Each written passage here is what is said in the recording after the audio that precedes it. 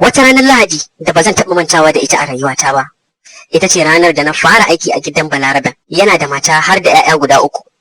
2 mata sai na goye shine namiji. Sabuwar haihuwa ne dan yaron bai fi wata 1 zuwa wata 1 da rabi ba. Shi yasa suka nemo 'yar aiki, wato ni kenan. Musamman saboda 'yan matan guda 2 dan yara ne, babbar bata fi shekara 3 ba, karamar bata fi shekara 1 da rabi ba. Ka san Larabawa yanda suke. Matar mutumin mutuniyar kirki, babu ruwanta, gata da ibada. A gaskiya baiwar Allah ce matar nan. Amma sai dai kash bata yi sa'ar samun miji ba, dan ni dai tun da nake ban taba ganin original tantirin dan iska kamar shi ba. Amma fa yana son ta sosai da sosai. Amma hakan baya hana shi yayi abin da ya ga dama, saboda ita kuma tana masifar tsoron shi.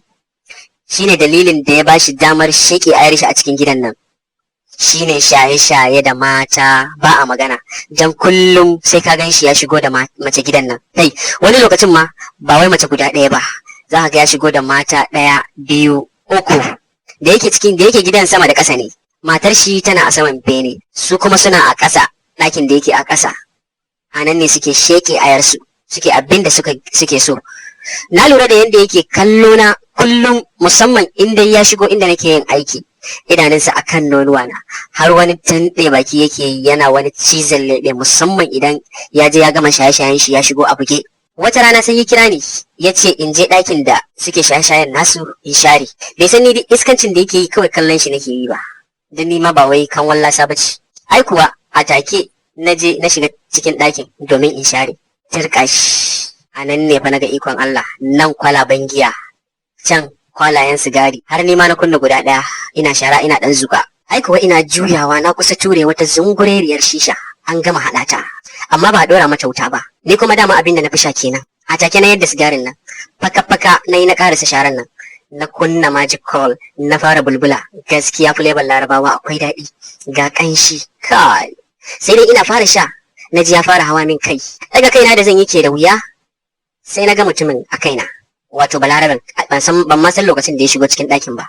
Ya ganni ina ta babule da pipe a hannuna, pipe ɗin shisha a hannuna. Ya girgiza kai, ya kalle ni, yayi wani dariya. Kawai sai ji na ya rungume ni, ya fara taɓa min nonuwa na. Ashe dama abin da ya daɗe a cikin ransa kenan, Allah yake ya sami dama. Yace dama kina sha ne? Nace eh ina sha. Kawai saboda ba na so matarka ta ganni na shigo yasa nake haƙura. Kuma na fuskanci ba ta son abin da kake yi, kawai dai dan tana son ka ne sosai, babu yanda za ta yi da kai. Ni yanzu ina so ka min wani alkawari guda 1, ni kuma duk abin da kake so zan yi maka. Yana ta shafa min nonuwa na, ni kuma ina rike da pipe ɗin shisha ina ta zuka ina dan bulbula. Ya kalle ni ya ce wani alkawari kike so?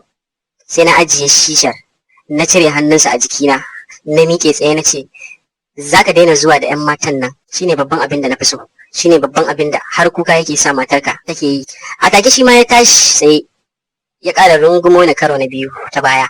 Ya ce in dai wannan ne an gama, sai dai kina nufin duk abin da nake so zaki yi min? Ta ce in dai zaka daina yin wannan abin zan daina ma, sai dai kuma amma akwai abu guda 1.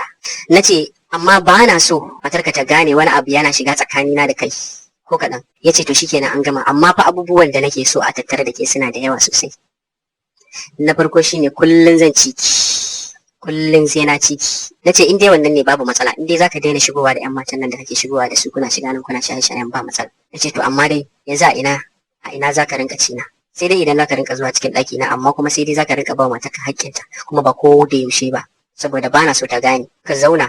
Ya ci gaba da shafa min nonuwa na a cikin ɗakin nan a wannan lokacin. Yana shafa min nonuwa na, ni kuma a daidai wannan lokacin ban san lokacin da ya gama zuƙo min sha'awata ba. Na zaro burar shi, na fara shan burar nan tashi, ina sha. Can kawai sai ɗaga ni ya ɗora ni akan kujera, ya cire min wandona, ya fara zira min burar nan a cikin dorina. Zira min yake, yana zira min bura a cikin dorina, yana zirawa. Kai Balaraben na amma fa ya iya ci.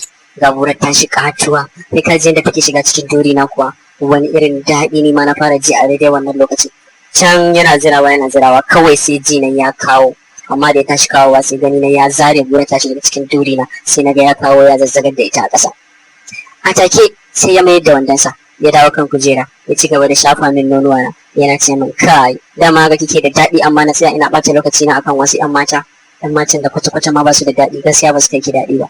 Ai kuwa tun daga wannan ranar kullum da asuba sai ya shigo ya ci na a ɗaki na, A bai ci ni bai ci ni sau biyu sau uku da asuba kafin gari ya waye. Kai Balaraban nan amma fa ya iya ci.